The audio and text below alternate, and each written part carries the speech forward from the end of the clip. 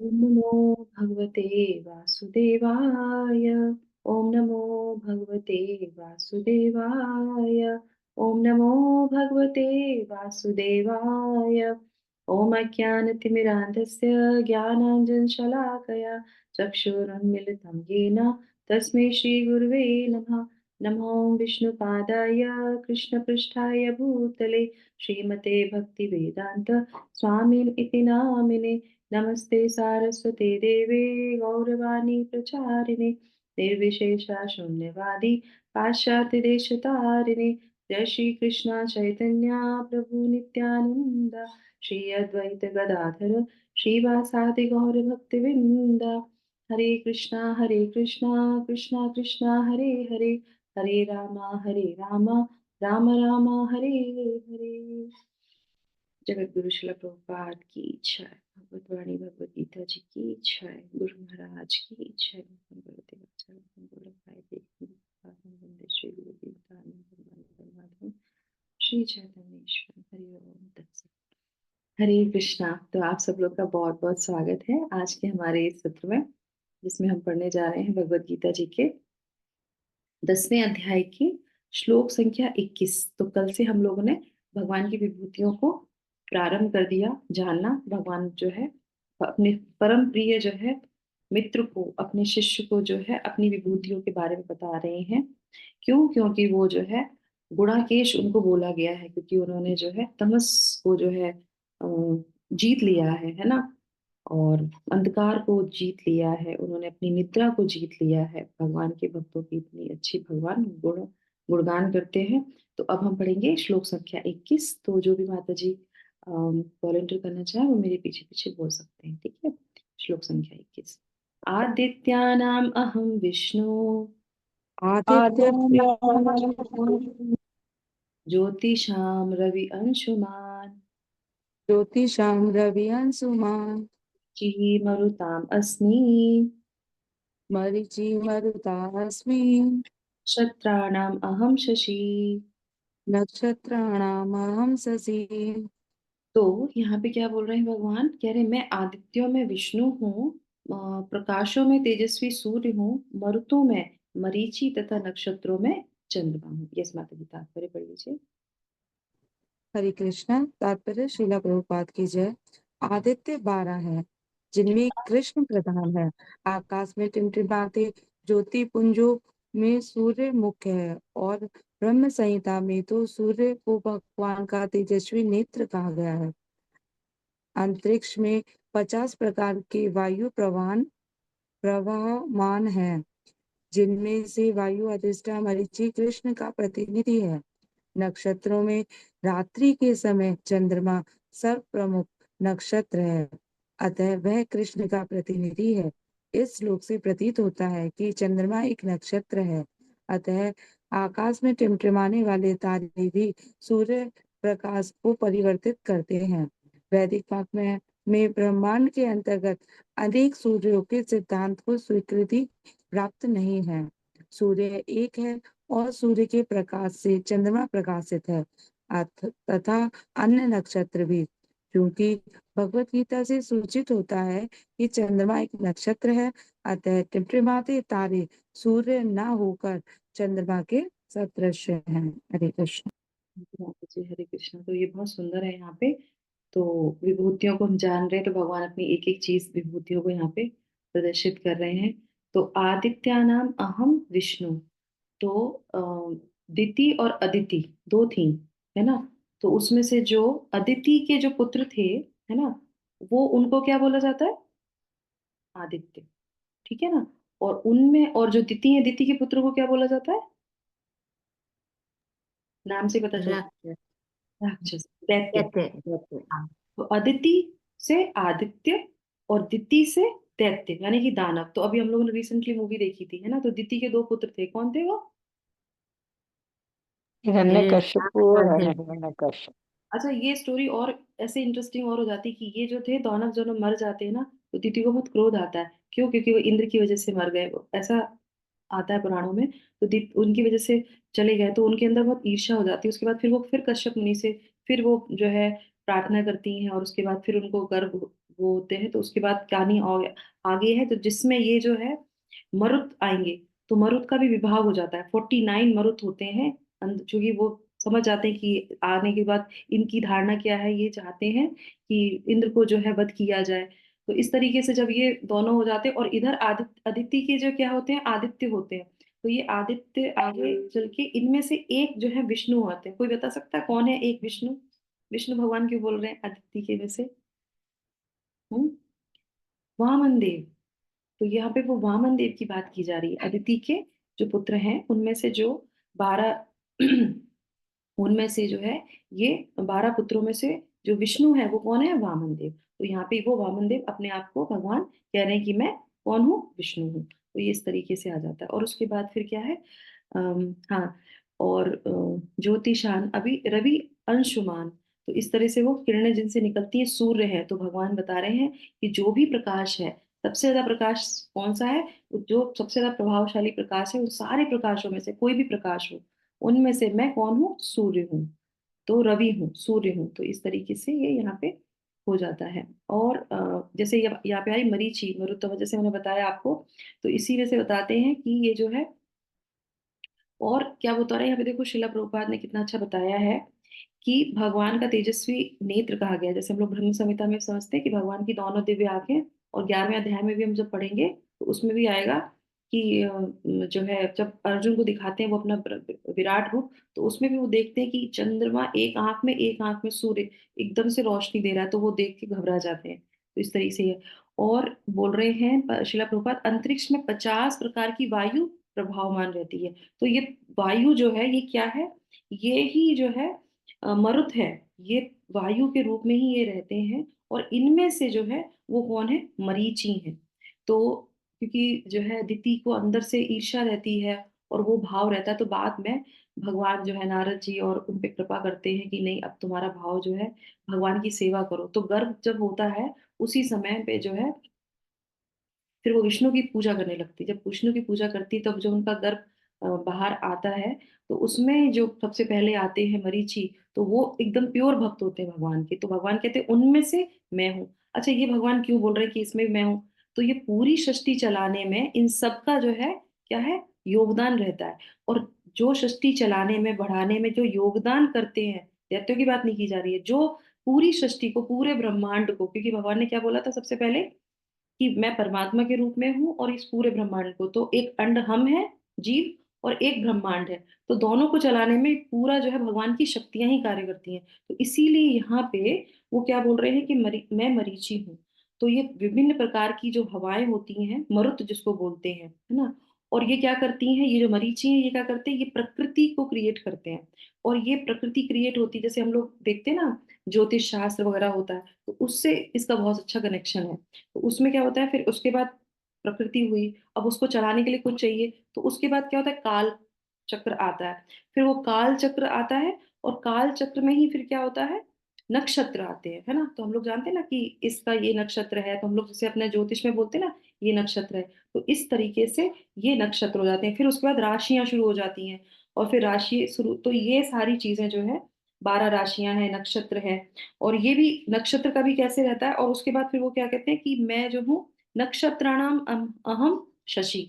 तो नक्षत्रों में शशि क्यों बोल रहे हैं? ये जो नक्षत्र है, ये बोलते हैं कि ये शशि मतलब हमारे चंद्रमा की पत्नियां हैं। तो इसीलिए क्योंकि वो पति हैं, तो नक्षत्र क्या है? पत्नियां हैं। और जो पति है वो कौन है? चंद्रमा है। तो इसीलिए उनमें से मैं उनका पति हूँ। तो हर एक चीज में जो इम्पोर्टेंट है, जो जिसके पास शक्ति सबसे ज्यादा है, जो सबको कंट्रोल करता है, वो भगवान ही है। तो जितने भी अभी हम लोग सुनेंगे ये विभूतियां, उसमें आप देखेंगे कि भगवान एक मुख्य चीज बताएंगे, और उसके बाद उसका जो है सबॉर्डिनेट बताएंगे कि इसकी जो शक्ति है। तो उसमें जो सबसे ज्यादा जो पावरफुल होगा वो भगवान अपने आप को उसमें बताएंगे, क्योंकि उन्हीं की वजह से वो कंटिन्यूशन में चलती है। ठीक है। और इस तरीके से फिर वो क्या बोल रहे हैं कि देखिए, जो हम देखते हैं ऊपर नक्षत्र, चूंकि भगवत गीता ये सूचित करता है कि चंद्रमा एक नक्षत्र है, और टिमटिमाते तारे सूर्य न होकर चंद्रमा के सदृश हैं। तो हर एक उसमें जो है ग्रह में एक ही सूर्य रहता है। और जितनी भी रोशनियां जो उससे ली जाती हैं, तो लोग कहते हैं कि चंद्रमा सूर्य ज्यादा प्रभावित होता है। नहीं, चंद्रमा भी उतना प्रभावित रहता है, क्योंकि चंद्रमा से ही सारी रोशनी ली जाती है। वो सबको पोषण देता है और सूर्य सबको जो है प्रभावित करते हैं प्रकाश देके। तो इस तरह से दोनों का बहुत इंपॉर्टेंस दिखाया गया है ना, ठीक है। और बोलते हैं कि चंद्रमा जो है क्या है, बहुत शीतल है, शांत रहते हैं, शांति प्रदान करते हैं। इस तरह से जैसे हमारे ज्योतिष में बोला जाता है, अगर बहुत किसी को एंजाइटी होती है तो क्या करना चाहिए, उसको शाम को चंद्रमा की रोशनी में सफेद कपड़े में बैठ के क्या करना चाहिए, मेडिटेशन करना चाहिए। उनकी जो वो है ना, शीतलता, उससे क्या होता है मन, क्योंकि मन के जो है नक्षत्र बोले जाते हैं, ये चंद्रमा हमारे, उनके साथ होना चाहिए। और ये हो गया ब्रह्मांड से। अब चंद्रमा से हम लोगों से कनेक्शन कैसे रहता है, आप बता सकता है कोई हमारे अ, अपने, जैसे हमारा परिवार है तो उसमें चंद्रमा किसको रिप्रेजेंट करता है, क्योंकि मैंने थोड़ा पढ़ा है इसलिए मुझे याद आ गया, तो मैं सोची बताती हूँ आपको, कोई बता मैं सकता भी माता माता जी, को। माता माता को। है? माता को करता है। तो अगर किसी का अपना संबंध सही नहीं है माता से, बच्चे का किसी का, तो क्यों कहते हैं उसको चंद्रमा वीक रहता है, चंद्रमा अच्छा होगा। और सूर्य किसको रिप्रेजेंट करता है, आप सूर्य की बात कर लेते हैं। पिता। फादर को। Yes। तो पिता को सूर्य रिप्रेजेंट करते हैं, और माता को, माता शीतल रहती है, सूर्य जो है उग्र रहते हैं, है ना। पर सूर्य देखिए पिता होते हैं, तो जिसका सूर्य बहुत अच्छा होता है, जिसका रिलेशन पिता से बहुत अच्छा होता है, वो बच्चा दुनिया में बहुत जो है क्या होता है, फेमस होता है। सूर्य की तरह उसका प्रभाव होता है, उसकी तरह उसका उजाला होता है। और इसी से संबंधित हम बता सकते हैं शिला प्रभुपाद की माँ और पिता दोनों से बहुत अच्छा संबंध था, पर पिता से बहुत अच्छा संबंध था। तो इसीलिए देखिए आप कितना फेमस है। तो कहीं ना कहीं शक्तियां भगवान की जो होती है वो कार्य करती हैं, पर भगवान की ही क्योंकि शक्ति है, तो इसीलिए एक निष्कर्ष निकल के क्या आता है कि चाहे कोई भी नक्षत्र हो, कोई भी काल हो, कोई भी भगवान की विभूति हो, सब भगवान से ही है। तो जो भगवान कृष्ण का नाम लेता है उसके ऊपर कोई भी चीज कार्य नहीं करती, क्योंकि सब कुछ उन्हीं से ही निकला है। तो अगर हम भगवान कृष्ण को भजेंगे तो हमारा सूर्य, चंद्रमा, बुध सब ठीक हो जाएगा, है ना। तो इसी तरीके से। और अच्छा, इसकी बात चल रही है क्योंकि नक्षत्र है, ब्रह्मांड की बात चल रही है और ज्योतिष की बात चल रही है, यहाँ पे उसी की चीजें बताई जा रही हैं। तो धातु में जो होते हैं उसमें कौन सी चीज चंद्रमा को रिप्रेजेंट करती है और कौन सी जो है मून को रिप्रेजेंट करती है। मतलब चांदी चंद्रमा को रिप्रेजेंट करती है। और सोने, और सोना, सूर्य को में भी सोना, गोल्ड। गोल्ड, गोल्ड करता है सूर्य को रिप्रेजेंट। और चंद्रमा को चांदी तो करती है पर मोती ज्यादा करता है, वाइट मोती जो है वो चंद्रमा को बहुत ज्यादा रिप्रेजेंट करता है। तो जो मोती पहनते हैं वो शांत रहते हैं इसलिए कहते हैं। तो सबसे अच्छा क्या है, चांदी, सोना, मोती, सबसे अच्छा क्या है, भगवान कृष्ण का जो नाम लेता है वो सबसे बढ़िया होता है ना। तो इस तरीके से भगवान अपनी विभूतियों को बता रहे हैं, ठीक है। अब ये पढ़ेंगे अगला श्लोक, कोई दूसरी माता जी वॉलेंटियर कर लीजिए। वेदानां सामवेदोऽस्मि, वेदानां वेद अस्मि। देवानाम् अस्मि वासवः, देवानाम् अस्मि वासवः। इन्द्रियाणां मनश्चास्मि, इन्द्रियाणां मनः चास्मि। भूतानाम् अस्मि चेतना। भूतानाम् अस्मि चेतना। तो यहाँ पे क्या बता रहे हैं, मैं वेदों में सामवेद हूँ, देवों में स्वर्ग का राजा इंद्र हूँ, इंद्रियों में मन हूँ, तथा सभी जीवों में जीवनी शक्ति चेतना हूँ। ये माता जी तात्पर्य कर लीजिए। अरे जगत गुरु श्री प्रभुपाद की जय। पदार्थ तथा जीव में यह अंतर है कि पदार्थ में जीवों की समान चेतना नहीं होती, अतः यह चेतना परम तथा शाश्वत है। पदार्थों के संयोग से चेतना उत्पन्न नहीं की जा सकती। यस। तो यहाँ पे भगवान जो है शब्द प्रमाण दे रहे हैं, है ना, कि जो भी चीज भगवान यहाँ पे बोल रहे हैं वो एकदम पक्की बता रहे हैं। तो अगर आप किसी को कोई बोले कि ये क्या है, कैसे ये कृष्ण से है, तो भगवत गीता खोल के ये सेक्शन दिखा दीजिए उनको कि ये सब भगवान का ही है। तो इसमें सबसे अच्छा क्या है, वेदों में मैं सामवेद हूँ। सामवेद क्यों भगवान ने बोला, तो सामवेद की सबसे सुंदर खूबसूरती है कि उसमें इतने सुंदर सुंदर जो है जैसे हम लोग संगीत में जो हमारे शब्द होते हैं, जिसको हम लोग सारेगामापा जो निकलता है, जो पद होते हैं और जो अक्षर होते हैं जिसमें ध्वनि होती हैं, अलग अलग तरीके के मीटर्स होते हैं, वो सारे सामवेद से ही आए हैं। बहुत सुंदर सारे सारे वेदों में सबसे सुंदर सामवेद है। और इसकी एक बहुत अच्छी खूबसूरती कि इस जितनी स्तुतियां होती हैं वो सामवेद को रिप्रेजेंट करती हैं। सामवेद से सारी स्तुतियां आती हैं, सारे मंत्र आते हैं, सारे मीटर आते हैं। और सबसे इम्पोर्टेंट चीज क्या, गरुड़ भगवान जो भगवान के कौन है, वाहक हैं, जो उनको जो है बिठालते हैं और सब जगह घुमा के लेके जाते हैं ना। और तो गरुड़ देव जब पंख हिलाते हैं और भगवान उनके ऊपर बैठे होते हैं तो कहते हैं कि जो पंख हिलते हैं ना, तो उनमें से क्या होती है, उनमें से जो है हवा के साथ साथ जो है सामवेद की स्तुतियां निकलती हैं। तो इसीलिए उनके जो वाहन पे जब वो अपनी यात्रा करते हैं तो उनको बहुत आनंद आता है भगवान को। तो भगवान कहते हैं मैं सामवेद हूँ। तो इस तरीके से भगवान सुख पूरक जो है करते हैं। और जब अंत समय आएगा तो सबसे पहले कौन हमारे पास आएंगे, भगवान, भगवान के दूत, या कौन, गरुड़ भगवान। तो गरुड़ भगवान जो उनके पार्षद हैं सबसे पहले, इसीलिए जब हम मंदिर में जाएं तो हमेशा ये चीज हमें याद रखनी चाहिए, गरुड़ भगवान सबसे पहले मिलते हैं मंदिर में। इस्कॉन में गरुड़ भगवान हमेशा मिलेंगे आपको, और जगह तो नहीं होते हैं, क्योंकि भगवान के वाहक है वो। और जैसे राम मंदिर में जाएंगे तो हनुमान जी मिलेंगे, तो पार्षद हैं उनके। तो इसीलिए कहते हैं भक्तों के लिए भगवान को प्राप्त करना है तो भक्तों के साथ हमारा संबंध बहुत अच्छा होना चाहिए।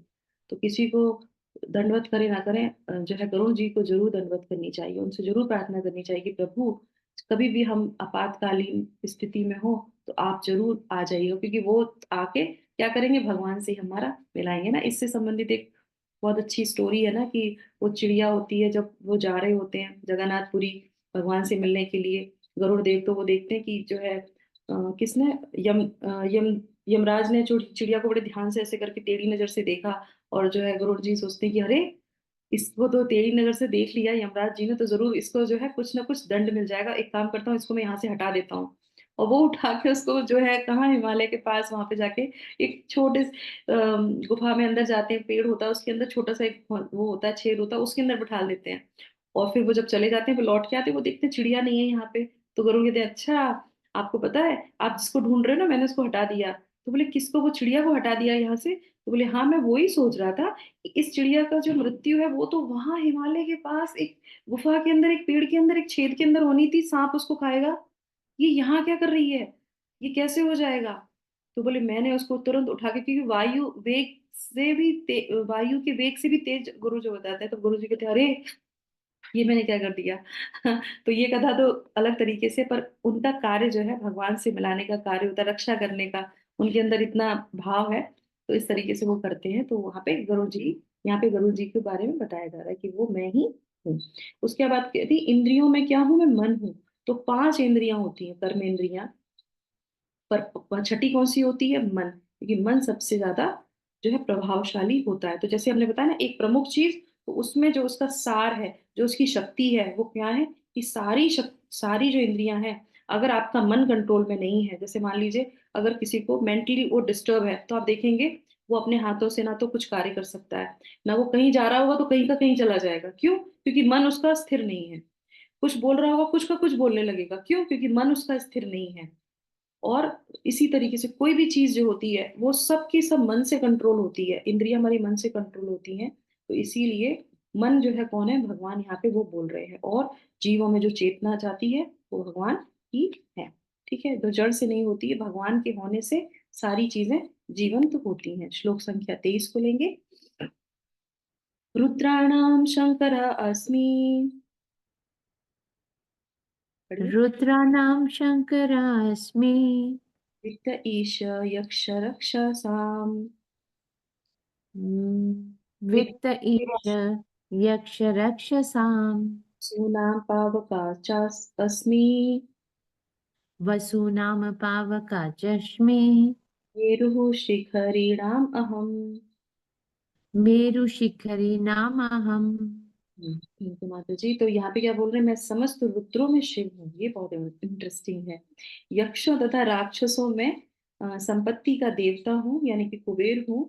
और वसुओं में अग्नि हूँ, और समस्त पर्वतों में मेरु हूँ। तो ये बहुत ही इंटरेस्टिंग है। ये माता जी तात्पर्य पढ़ लीजिए, फिर मैं आपको बताती हूँ इसके बारे में। हरे कृष्णा। जगत गुरु श्रील प्रभुपाद की जय। तात्पर्य 11 रुद्रों में शंकर या शिव प्रमुख हैं। वे भगवान के अवतार हैं जिन पर ब्रह्मांड के तमोगुण का भार है। यक्षों तथा राक्षसों के नायक कुबेर हैं जो देवताओं के कोषाध्यक्ष तथा भगवान के प्रतिनिधि हैं। मेरू पर्वत अपनी समृद्ध प्राकृत संपदा के लिए विख्यात है। हरे कृष्णा। माता जी, तो यहाँ पे जैसे हम लोग जानते हैं जब सृष्टि का रचना हुई थी तो जैसे सबसे पहले भगवान ने क्या, ब्रह्मा जी को उत्पन्न किया। ब्रह्मा जी से जो है कौन हुआ है, चतुष कुमार आए, है ना। अब चतुष कुमार से उन्होंने कहा कि सृष्टि का तुम जो है आगे बढ़ाओ उसको। उन्होंने कहा मुझे तो नहीं करना, हमको तो ब्रह्मचारी रहना है, हम तो आगे नहीं बढ़ाएंगे। वो तो बड़े क्रोधित हो गए कि अरे ये तो बढ़ा ही नहीं रहे। तो उनकी जो क्रोध आया ना, तो क्रोध के आने के बाद बोलते हैं कि फिर उनके मस्तिष्क से जो है रुद्र प्रकट हुए। तो उन रुद्रों में से बोल रहे हैं कि शिव जो है वो मैं हूँ। तो रुद्रों में शिव आते हैं, तो शिव भगवान कहते हैं कि मैं ही हूँ। तो जो शैवीज हैं, जो शिव जी को मानते हैं, उनके लिए भी यहाँ पे बहुत अच्छी चीज है कि मैं ही शिव हूँ। तो बहुत से लोग बोलते हैं कि शिव जी है, एक नहीं है, क्योंकि वो उनसे प्रकट हुए हैं, पर वो ही जो है कौन है, भगवान है। शिव जी जो है वो उनके ही शक्ति का एक विस्तार यहाँ पे बात बताते हैं, जो उनकी भक्ति से निकले थे, है ना। और जो है, और ये जो रुद्र है ये क्या करते हैं, रुद्र का नाम ही होता है। बहुत से लोग रुद्र नाम रखते थे, नहीं रखना चाहिए। ऐसे बहुत नामों का बहुत प्रभाव पड़ता है, क्योंकि रुद्र का मतलब होता है, शास्त्रों में क्या बताया जाता है, रुद्र का मतलब होता है रुलाने वाला। क्योंकि जब ये रुद्र आए ना, और उसके बाद ब्रह्मा जी चले गए वहां से तो तपस्या करने के लिए, तो वो कहते हैं लोग लौट के आए, तो ये जो रुद्र रुद्र आए थे, इन्होंने तो उत्पात मचा दिया। जितनी सृष्टि रची थी वो सारी की सारी सृष्टि खराब करने लगे, प्रलय करने लगे, वो सब खराब कर दिया उन्होंने। तो उन्होंने कहा रुको रुको, अब मैं तुमको ना इसीलिए संहार का उनको दिया है ड्यूटी करने के लिए। तो कहते हैं कि रुको, अभी तुमको मैं ड्यूटी दूंगा, अब तुम आगे मत बढ़ाओ सृष्टि को, कि तुम लोग तो विनाश ही करोगे क्योंकि क्रोध से आए ना, रुलाएंगे, वो सबको रुलाएंगे। तो इसीलिए फिर उन्होंने कहा कि रुको, तुम्हें जब बताया जाएगा कि अब प्रलय करना है तब तुम प्रलय करना, तब तक तुम शांत रह के मेडिटेशन करो। तो इसलिए फिर उनको रोक दिया जाता है वहां पे इस तरीके से। और शिव जी के बारे में बहुत अच्छी एक कथा है, मैं आपको सुनाती हूँ यहाँ पे। हरे कृष्ण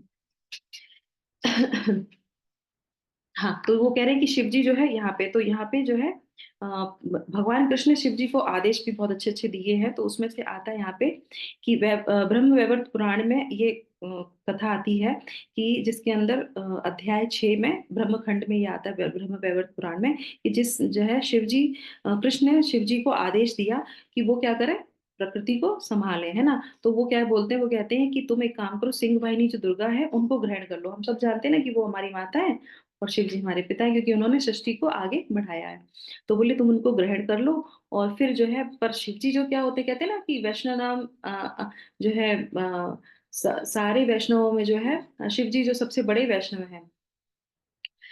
तो यहाँ पे वो मना कर देते हैं, कहते हैं कि नहीं, मुझे नहीं उनको ग्रहण करना, मुझे तो सिर्फ कृष्ण की भक्ति करनी है, मुझे तो मेडिटेशन करना है, मुझे तो चिंतन करना है भगवान का, और उनके नाम का जो है नाम लेना है। तो इस तरीके से वो उनको अरुचि दिखा देते हैं कि मुझे नहीं करते हैं। तो फिर उसके बाद भगवान कृष्ण हंसने लगते हैं। फिर वो कहते हैं कि महादेव से कि अच्छा कि एक जो है कृष्ण जो है हंसते हुए महादेव जी से जो है सत्य वचन बोलते हैं और कहते हैं कि हे मुस्कुराते हुए कहते हैं कि हे सर्वेश्वर शिव, उनको सर्वेश्वर भी बोला जाता है शिव जी को। कहते हैं हे सर्वेश्वर शिव, तुम पूरे 100 करोड़ कल्प तक निरंतर दिन रात मेरी सेवा करो। ये कौन बोलते हैं, कृष्ण भगवान शिव जी से बोलते हैं कि तुम जो है निरंतर जो है तुम मेरी सेवा करो। तुम मेरी कृपा से तेजस्वी तपस्वी जनों को, सिद्धों को, ज्ञानियों को, वैष्णवों को तथा देवताओं में श्रेष्ठ बनोगे, है ना। और तुम अमृत प्राप्त करोगे। मेरे वर के प्रभाव से तुम्हें सभी प्रकार की सिद्धियां, वेदों का ज्ञान और सर्वज्ञता प्राप्त होगी। वत्स, तुम मेरी कृपा से असंख्य ब्रह्माओं का पतन देखोगे। कितने ब्रह्मा होते हैं, ब्रह्मा जी की कितनी आयु होती है, हम लोगों ने पढ़ा था पहले। तो कह रहे कितने ब्रह्माओं का, तभी तो कहते हैं कि शिव जी के पास वो शक्ति है कि वो ये सारी चीजें सृष्टि को देखते हैं। तो उसके बाद वो कहते हैं कि उनका सबका जो है पतन भी देख सकोगे। हे शिव, तुम आज से ज्ञान, तेज, अवस्था, पराक्रम, यश और शक्ति में सभी देवताओं से बढ़कर होगे। तुम मेरे लिए प्राणों से भी अधिक प्रिय हो। तुमसे बढ़कर मेरा कोई प्रिय भक्त नहीं है। तुम 100 करोड़ कल्पों के पश्चात शिव को ग्रहण करोगे। मेरा वचन कभी व्यर्थ नहीं होता। शिव नहीं, शिवा को। और अपने वचन का पालन करो। तुम प्रकृति दुर्गा को ग्रहण करके दिव्य सहस्त्र वर्षों तक महान सुख एवं श्रृंगार रस का आदन करोगे। तो इस तरीके से जो है भगवान को वो शिव जी को वो आशीर्वाद देते हैं और कहते हैं, और यहाँ पे भगवान खुद कह रहे हैं कि मैं शिव हूँ। इस तरीके से जो है उसमें आ गया। अब आगे क्या है, इसके आगे शिव के बाद क्या लिखा है इसमें, वसु नाम है ना। यक्ष, राक्षस, हाँ हाँ, संपत्ति का देवता कुबेर। कुबेर। तो यहाँ पे जो है यक्ष, यक्ष राक्षस और हाँ, तो ये वसु नाम, और इसमें जो है कौन हूं मैं, वसु हूँ। करेक्ट। हाँ, यक्षों में तो ये यक्ष जैसे हम जानते हैं कि सारे उनमें से यक्ष को भगवान कह रहे हैं कि मैं हूँ जो सबसे ज्यादा शक्तिशाली है, वो मैं हूँ। और वसु नाम, तो ये क्या है, वसु जो थे, तो 8 वसु बताए जाते हैं। 8 वसु कैसे हो गए, ये 8 वसु जो है दक्ष की जो कन्या थी, दक्ष की कन्या 60 कन्याएं बताई जाती हैं भागवतम में। और उसमें से जो है 10 कन्याओं का विवाह वो किसको कर देते हैं, वो धर्म देवता को कर देते हैं, 10 कन्याओं का विवाह। और उन 10 कन्याओं के विवाह जब वो करते हैं, तो उसमें से जो लास्ट की जो कन्या होती है वसु, जिसका नाम होता है, और जिससे धर्म के देवता से जिसके पुत्र होते हैं वो 8 वसु होते हैं। तो धर्म देवता से वसु, जो उनकी दक्ष की जो पुत्री होती है, उसका विवाह होता है। और उसमें से जो पुत्र होते हैं 8 में से, तो उसमें से भगवान कहते हैं कि मैं वो वसु हूँ। तो इस तरीके से ये यहाँ पे भगवान उनको बता रहे हैं। उसके बाद क्या है, पर्वतों में मैं मेरु पर्वत हूँ। अब मेरु पर्वत जो है, आप क्यों भगवान बता रहे हैं ऐसा, जो है हमारे शास्त्रों में वर्णन आता है कि हिमालय, हम लोगों ने सुना है हिमालय अपने आप में बहुत बड़ा है। और हिमालय जो अभी हम लोग देख रहे हैं हिमालय, वो हिमालय कुछ नहीं है, वो हम अपनी दृष्टि से देख ही नहीं सकते हैं। वो बस क्षणिक है, मतलब उसको कहते हैं कि हिमालय का पैर समझ लीजिए उसको। वो है जो हम कहीं टीवी में या कहीं जो भी जाते होंगे कि हिमालय पर्वत वो ये है, वैसे तो वो दिखाई नहीं दे सकता। वो पूरा जो हमारा ये पूरा भारत वर्ष है, जितने भी वर्ष होते हैं उसके बीच में जो है सेंटर में रहता है। तो ऐसे ही मेरु पर्वत जो है, मेरु पर्वत कैसा है, यूजली हम लोग देखते हैं पर्वत, जब हम लोग पिक्चर बनाते थे ना छोटे पे, तो डिजाइन ऐसे होती थी कि ऐसे मेरु पर्वत, वो पर्वत सारे ऐसे होते हैं। पर मेरु पर्वत उल्टा है, ऐसे वी शेप नीचे है, और जो ब्रॉड हिस्सा है वो ऊपर की तरफ है।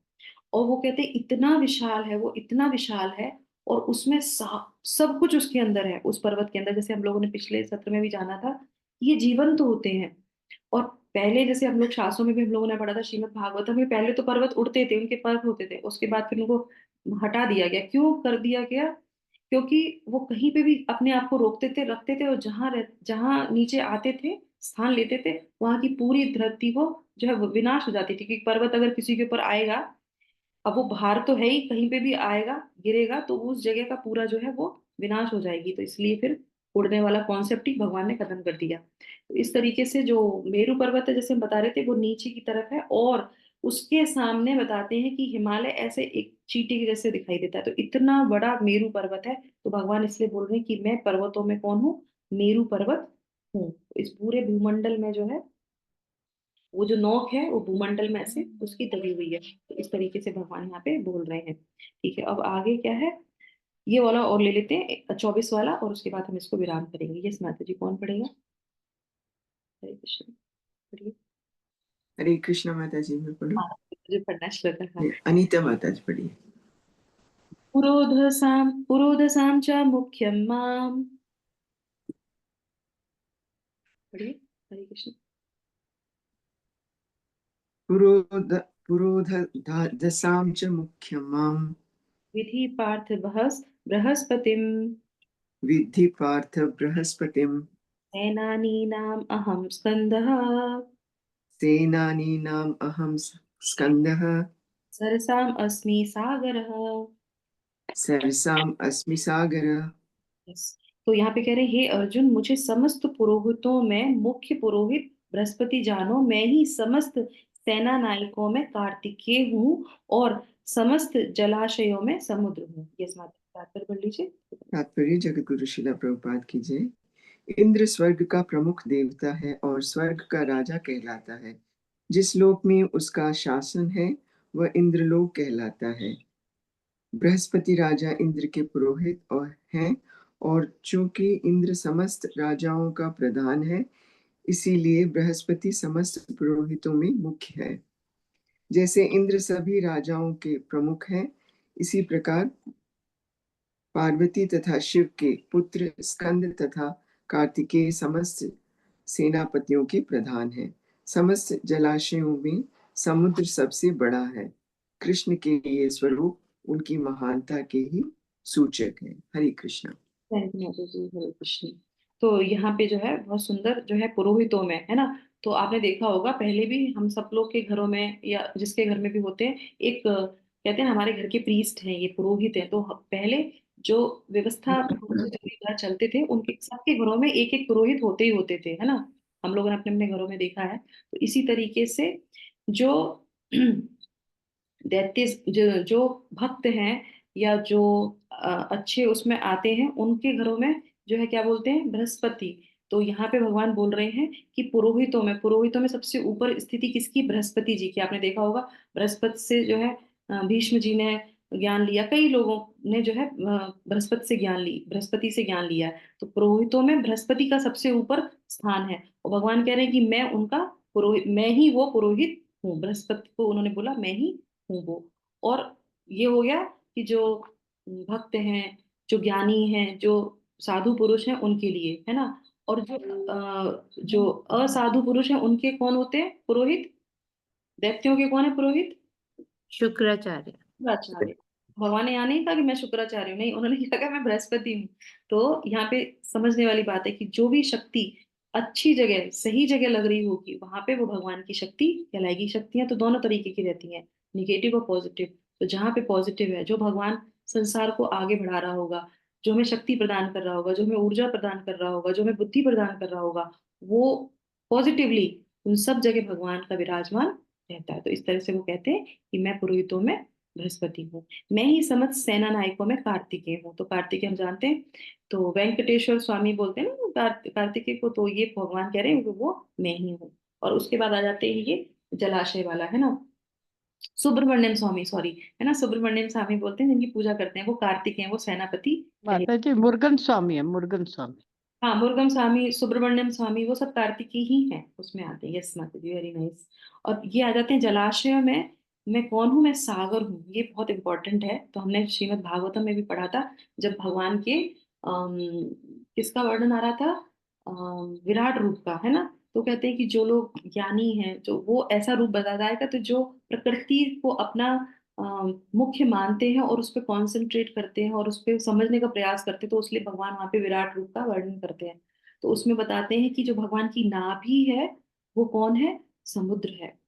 और जो नदियां हैं वो कौन है, वो भगवान की नसें हैं, जो सारी नर्व्स होती है ना वो। तो ये बहुत इंपॉर्टेंट है यहाँ पे। तो यहाँ पे बता रहे हैं कि समस्त जलाशय में समुद्र सबसे बड़ा है।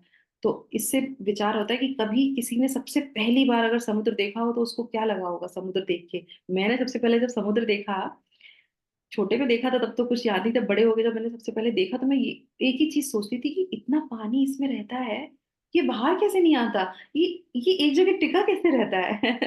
मैं सोचती थी कि अगर आ गया तो क्या होगा। और आ ही जाता है, कभी कभी जब प्रलय होती है तो वो सब पानी आ ही जाता है। और भगवान की शक्ति है वो, तो वो उसको बांध के रखते हैं ऐसे, है ना। और क्या बोला जाता है कि क्योंकि ये हम लोग भगवान की शक्तियों के बारे में सुन रहे हैं कि भगवान सागर है, सागर का सबने अनुभव किया होगा अपने जीवन में। पर जो शक्ति है एक्चुअली में उसको हम अपने जीवन में महसूस कर सकते हैं। तो मेरा अपना खुद का पर्सनल एक्सपीरियंस बहुत बहुत अच्छा है इसमें। तो क्योंकि समुद्र क्या है, नाभि है, और नाभि है भगवान की। तो हमने पहले दो चीजें बताई, ये सारी विभूतियों में दोनों चीजें बहुत कार्य करती हैं, आप देखेंगे। ज्योतिष भी कह लीजिए इसको, भगवान की साइंस कह लीजिए इसको, या हमसे इससे बहुत कनेक्शन है उसका, है ना।